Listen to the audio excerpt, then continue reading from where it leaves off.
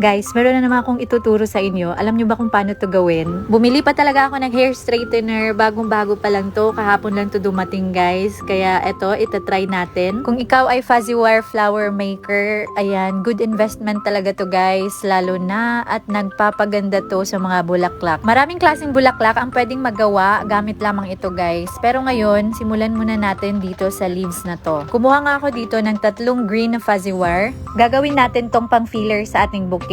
Hinati ko nga siya into half tapos gugupitin ko bago natin planchahin. At the end of this video, maglalagay ako, guys, ng bouquet na nilagyan ko ng fillers na ganito. So, simulan na nga natin ang ating pagplancha sa ating mga buhok. Hindi pala to buhok. Fuzzy wire pala to, guys. Buti pa talaga tong fuzzy wire. Sinadya ko talagang bilhan ng straightener. Yung buhok ko dati na sobrang pangit na. Hindi talaga ako bumili, guys. Pero dito, ayan, napabili ako, guys, para lang magawa ko to. Actually, kahit wala ka namang hair straightener, pwede ka pa rin makagawa ng ganito. So, di ba na-mention ko kanina? Sabi ko, maglalagay ako ng bouquet na nilagyan ko ng fillers na ganito. Alam nyo ba na hindi straightener yung gamit ko doon? Since wala pa ako noon. Gamit ko doon, guys, yung plancha ng damit.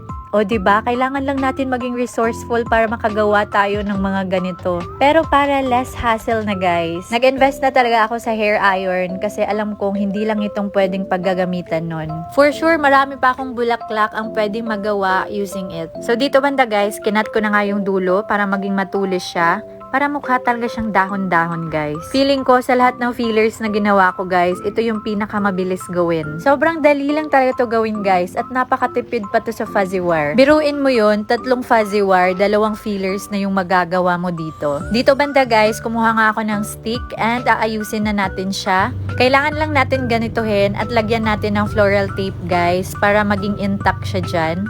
So, diba, napakadali lang niya, guys. Again, hindi mo kailangan ng hair iron agad para makagawa ng ganito, guys. Pwede nyo munang gamitin yung pamplansya sa mga damit nyo kung wala pa kayong budget pambili ng hair iron. Kahit anong hair iron naman ay pwedeng gamitin. Meron namang mura dyan, guys. Same function lang din naman yan sila. Teka, na-notice nyo ba kanina kung paano ko binend yung ating fuzzy wire? So, ulitin natin, guys. Lagyan natin ulit siya ng floral tape.